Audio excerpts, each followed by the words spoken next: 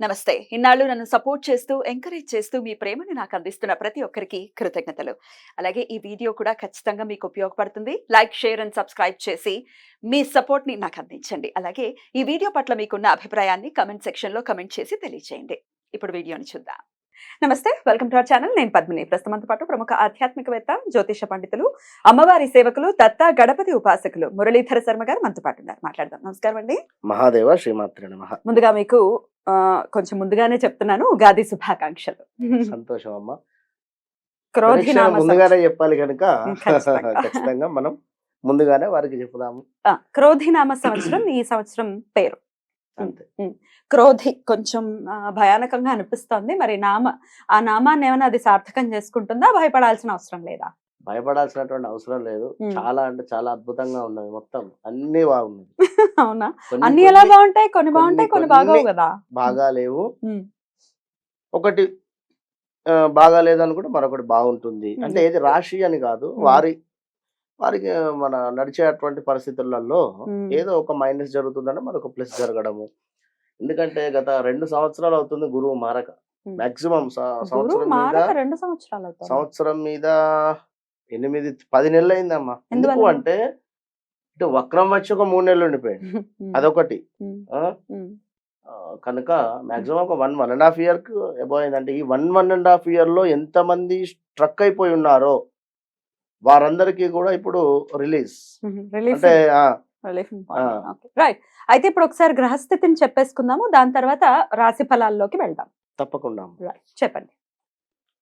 మనకు ఏప్రిల్ 9వ తారీఖు నాడు అమావాస్య, అటు పిమ్మట క్రోధినామ సంవత్సరం మొదలవుతూ ఉన్నది కనుక ఒక 10-15 రోజులు 20 రోజుల తర్వాతనే గురుగ్రహము ప్రజెంట్ మాత్రము మేషంలో ఉన్నాడు. ఇక్కడ నుండి వృషభానికి షిఫ్ట్ అయ్యేటువంటి పరిస్థితి. కరెక్ట్ గా కూడా మే 1 నుండి 2వ తారీఖు ఆ ప్రాంతంలోనే వెళ్ళిపోతున్నాడు. అయినప్పటికీ కూడా మనకు ఏప్రిల్ నుండే రిజల్ట్ ఇవ్వడం స్టార్ట్ అవుతుంది. ఏప్రిల్ 2nd వీక్ నుండే. కనుక గురుగ్రహం వచ్చేసి మనకు ఇక్కడ మేషానికి అంటే 2వ స్థానంలో, ఇలా ప్రతి గ్రహానికి మనం దాన్ని చూద్దాం. ఇక శని భగవానుడు అంటే ఇప్పట్లో మారేది లేదు.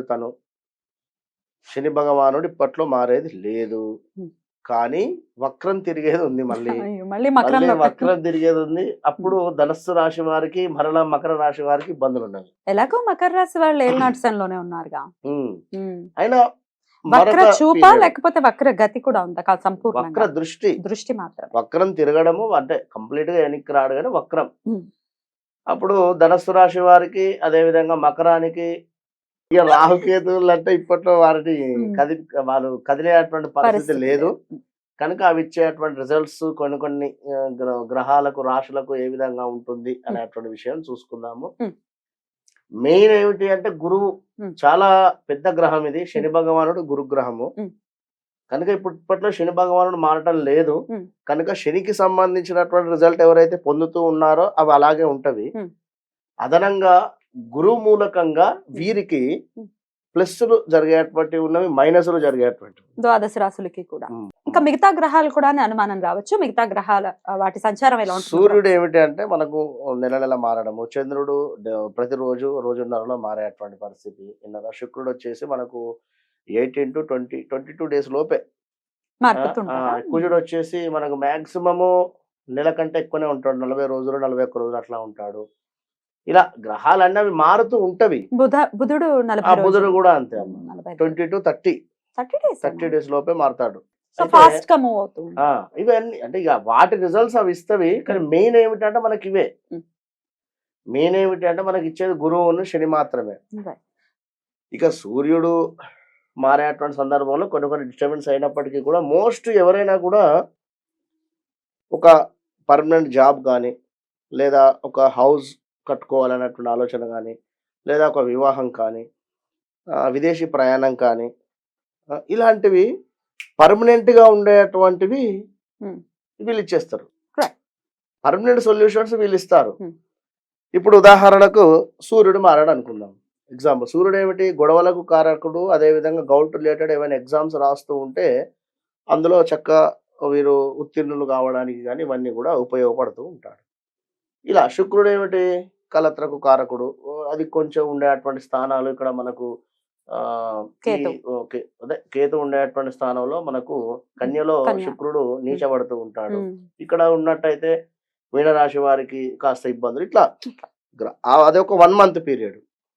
లాంగ్ పీరియడ్ మనకు పర్మనెంట్ గా వెల్ సెటిల్డ్ ఇచ్చేటువంటి గ్రహాలు. Right. సరే మరి మరి ద్వాదశ రాశులకి కూడా ఈ క్రోధి నామ సంవత్సరం ఎలా ఉండబోతోందో చూద్దామండి. తప్పకుండా అమ్మా, ఇక వృషభ రాశి వారికి ఎలా ఉండబోతోందండి క్రోధి నామ సంవత్సరం? తప్పకుండా అమ్మా. వృషభ రాశి వారికి క్రోధి నామ సంవత్సరంలో చూసుకున్నట్టయితే వీరికి ఆదాయం 2, వ్యయం 8గా చెప్పడం జరుగుతున్నది.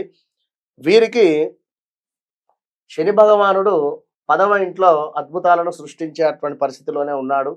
శని భగవానుడు కనుక చక్కటి జాబ్ రిలేటెడ్ కావచ్చును, ఉద్యోగ మార్పులు కావచ్చును, ఎలాంటి ఉద్యోగమైనా ఉద్యోగంలో విశేషమైనటువంటి పేరు ప్రఖ్యాతలు తెచ్చేటువంటి పని మీద శని భగవానుడు ఉన్నాడు. కానీ ఇక్కడ గురు భగవానుడు వచ్చేసి వీరికి లగ్నంలో రావడం జరుగుతున్నది. ఈ యొక్క విషయాన్ని గమనించాలి. గురు భగవానుడు లగ్నంలో ఉండడం చేత వీరికి జరిగేటువంటి పరిస్థితులు ఏమిటి అనేటువంటి విషయాన్ని చూసుకుందాం. మరి 11వలో కూడా 11వ స్థానం ఏకాదశ స్థానంలో కూడా రాహు ఉండడం చేత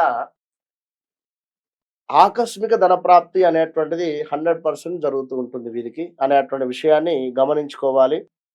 ఆకస్మిక ధన ప్రాప్తి అది ఏ ఫీల్డ్లో ఉండేటువంటి వారికి ఆ ఫీల్డ్లో లభించేటువంటి పరిస్థితి. చేయు వ్యాపారమందు మంచి లాభాలు కావచ్చును, గృహమందు వివాహాది శుభకార్యాలు, అదేవిధంగా నూతన వస్తువులు, గృహ ప్రవేశాలు, భూమి, బంగారము, ఆభరణాలు కొనడము, వాహనాలు కావచ్చును కొనుగోలు చేయడము, ఇలాంటివన్నీ కూడా జరిగేటువంటి పరిస్థితులు ఉన్నాయి. ఎందుకంటే లగ్నంలో గురువు రావడం చేత అద్భుతాలే ఇచ్చేటువంటి పరిస్థితి ఉంటుంది. మరి కొన్ని ఇబ్బందులు కూడా ఈ యొక్క లగ్నాతు గురువు వల్ల జరిగేటువంటి పరిస్థితులు ఉన్నాయి. అవి ఈ వీడియో చివరిలో చూద్దాం. ఏవైనా రావాల్సినటువంటి ధనం ఉన్నా కూడా శీఘ్రంగా వచ్చేటువంటి పరిస్థితి. అదేవిధంగా అన్న తమ్ములతో కానీ అక్క చెల్లెలతో కానీ చక్కగా కూడా మాటలు ఏమైనా ఇబ్బందికరంగా ఉన్నా ఇప్పుడు కలిసేటువంటి పరిస్థితి, ఒక గొప్పగా ఆలోచించేటువంటి పరిస్థితి. ఇంకా పై చదువులకు ఎవరైనా విదేశాలకు వెళ్ళాలి అని అనుకునేటువంటి వారికి చక్కటి అవకాశము అని చెప్పుకోవచ్చును. విద్యార్థులకు మెడిసిన్కు సంబంధించినటువంటి దాంట్లో అద్భుతమైనటువంటి ర్యాంకులు రావడము, అదేవిధంగా ఈ యొక్క నూనె, సిమెంటు, ఇనుము రంగాల వారికి విశేషించినటువంటి లాభాలు గోచరిస్తూ ఉన్నాయి.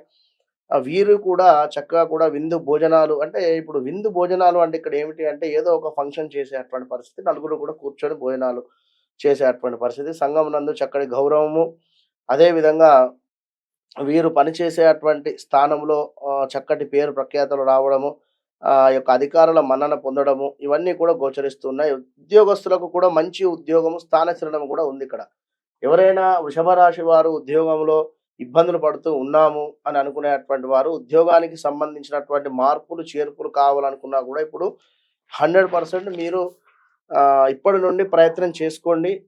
మే, జూన్, జూలై ఈ 3 నెలలలో ఖచ్చితంగా కూడా జాబ్ రిలేటెడ్లో మీరు సక్సెస్ పొందేటువంటి పరిస్థితి ఉంది. పాత సమస్యలు సమసిపోయేటువంటి పరిస్థితి ఉంది. రైతులకు చక్కటి పంటలు అధికంగా కూడా వచ్చేటువంటి పరిస్థితి ఉంది. మీ మంచితనం చూసి చాలా మంది కూడా మిమ్మల్ని ఆశ్రయించేటువంటి పరిస్థితి గోచరిస్తూ ఉంది. సందర్భానికి తగినటువంటి నిర్ణయాలను తీసుకుంటారు కనుక మీరు అద్భుతంగా ఉండేటువంటి పరిస్థితి ఉంది. ఇంకా మరి కొత్త పెట్టుబడులు కానీ, వ్యాపారం కానీ ఇవన్నింటా కూడా బాగానే ఉన్నవి. మరి లగ్నాతు గురువు ఉండడం చేత కొన్ని మైనస్లు ఉన్నవి. అవి ఏమిటి అంటే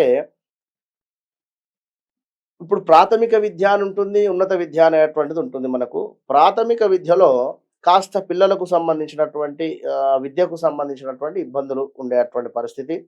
అదేవిధంగా ఆశించినటువంటి రిజల్ట్ రాకుండా ఉండడము, కోపము కాస్త ఎక్కువ అయ్యేటువంటి పరిస్థితి, వినోద కార్యక్రమాలకు సంబంధించినటువంటి ధనాన్ని ఎక్కువ కూడా ఖర్చు పెట్టేటువంటి పరిస్థితి. అంటే ఒక వివాహ సమయంలో ఒక 20 లక్షలు పెట్టి వివాహం చేయాలి అనేటువంటి సందర్భంలో అది కాస్త 30 లక్షలు అయ్యేటువంటి పరిస్థితి, అంటే అధికముగా డబ్బు ఖర్చు అయ్యేటువంటి పరిస్థితి గోచరిస్తూ ఉంది. కొంచెం ఓర్పుగా మెలగాలి. ఎక్కువ ప్రయాణాలు చేసేటువంటి పరిస్థితి కూడా గోచరిస్తుంది. ప్రయాణాలలో కాస్త జాగ్రత్త, బైక్ మీద అయినా కారు మీద అయినా కూడా. ఇంకా ఏమిటి అంటే ఏదో ఒక రకమైనటువంటి ఒక టెన్షన్ ఉండేటువంటి పరిస్థితి అయితే గోచరిస్తూ ఉంది. ఏదో ఒక రకమైనటువంటి టెన్షన్ ఉద్యోగస్తులకు మానసికంగా కాస్త బాధగా ఉండేటువంటి పరిస్థితి. అసందర్భ ప్రేలాపనలు కాస్త తక్కువ చేసుకునేటువంటి ప్రయత్నం చేయండి. తప్పకుండా కూడా ఈ యొక్క వృషభ రాశి వారు శ్రీరామ రక్షా స్తోత్రాన్ని మీరు కుదిరితే ఒక 41 రోజులు చదువుకునేటువంటి ప్రయత్నం చేయండి.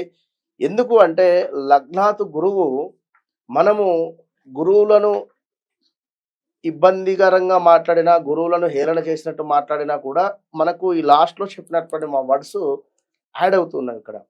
అదే మీరు గురువును ప్రసన్నం చేసుకునేటువంటి విధంగా ఉన్నట్టయితే, ఏవైనా దానం కానీ ప్రతి గురువారం శనిగలు కానీ లేదా ఏదైనా ఆహ్, గురువులకు చక్కగా ఏమైనా దానం చేయడం కానీ, ఇలాంటిదైనా కూడా వస్త్రాలు కానీ లేదా ఇప్పుడు ఒక 9 గురువారాలు దానం చేసేటువంటి ప్రయత్నం చేయండి. తప్పకుండా కూడా 41 రోజులు కుదిరితే ప్రతి శనివారము ఈ యొక్క శ్రీరామ రక్షా స్తోత్రాన్ని చదువుకునేటువంటి ప్రయత్నం చేయండి. మంచి ఫలితము ఉంటుంది వృషభ రాశి వారికి. చాలా బ్యూటిఫుల్ గా ఎక్స్ప్లెయిన్ చేశారు. డెఫినెట్ గా చెప్పినటువంటి జాగ్రత్తల్ని పాటిస్తూ అలాగే మీరు చెప్పినటువంటి దానాల్ని కూడా చేసుకుని ఈ క్రోధినామ సంవత్సరాన్ని చాలా ప్రశాంతవంతమైన సంవత్సరంగా వృషభ రాశి వారికి గడవాలని మనస్ఫూర్తిగా కోరుకుంటే ఇక నెక్స్ట్ ఎపిసోడ్ లో మిథున రాశి గురించి మాట్లాడుకుందామండి. నమస్కారం.